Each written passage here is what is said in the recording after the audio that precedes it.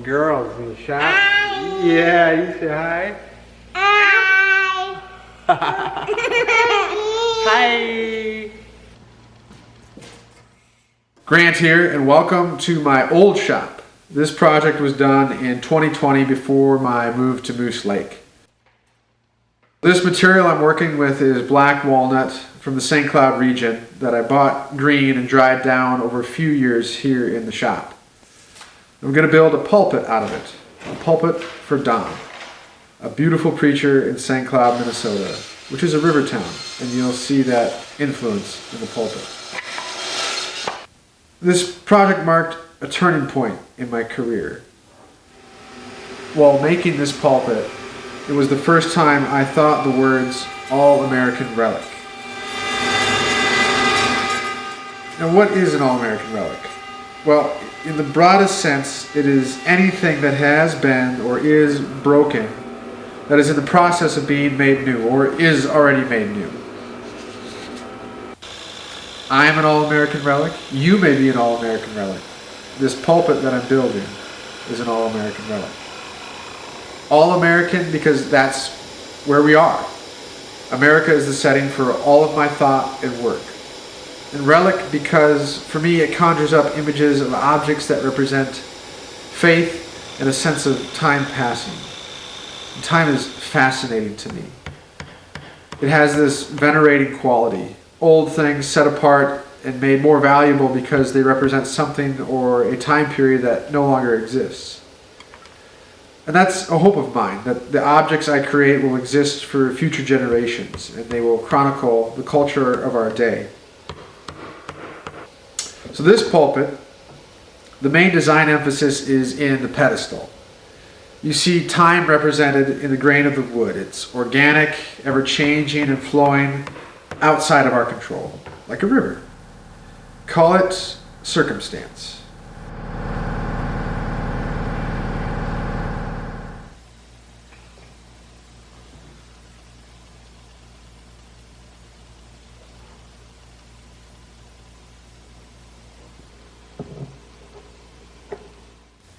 And coming up against that organic edge are a series of black dowels, precisely laid out.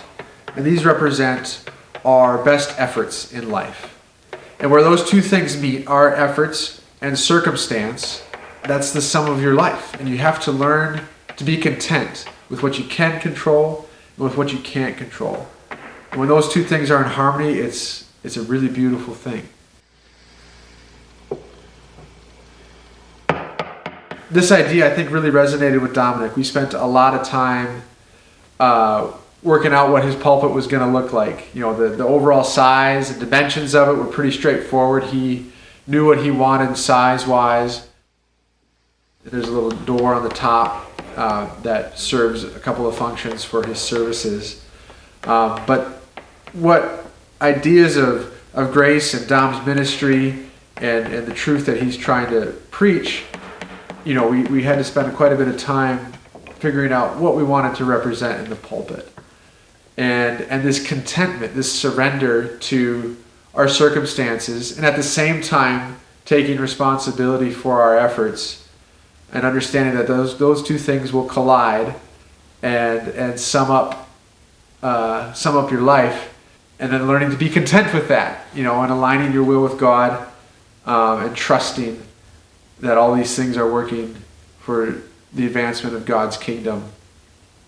That's at least a little bit of what I think we were going for. And of course, you know, when you're making visual objects and art like this, it can mean a lot of different things. But that contentment with our circumstances and giving our best efforts and trusting in God to fill in the gaps creates something beautiful.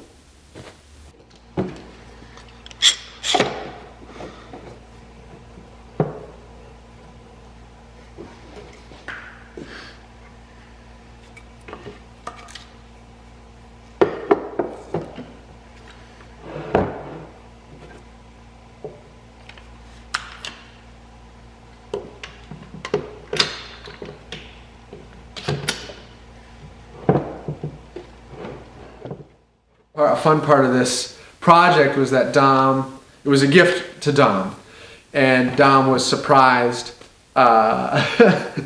by the giving of it. Part of my heart and why I love making pulpits is that it is a reassuring gift to preachers. I don't envy pastors in the positions that they're in terms of understanding whether or not they're doing good work, or that they're done, or they've done well in a week or in a given period of time.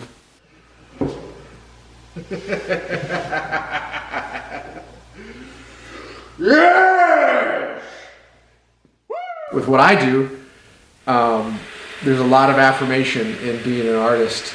You make work, you share it, you show it, it gets bought, you get paid, you get words of affirmation and encouragement, and it's pretty clear whether or not you're doing a good job or not. And of course, you can always lie to yourself, and I deal with all sorts of insecurities.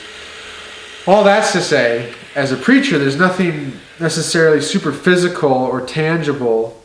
You're cultivating souls, right? And it's hard to know whether or not your words, your actions, your deeds are resulting in anything good. How do you know? How do you know for sure? You could know and see numbers and congregations and giving and there's things like that. But at the end of the day, the advancement of God's kingdom is a bit mysterious. And if that's your work, there's a certain degree that you just have to be surrendered to God's grace and trusting that He's working all things for our good.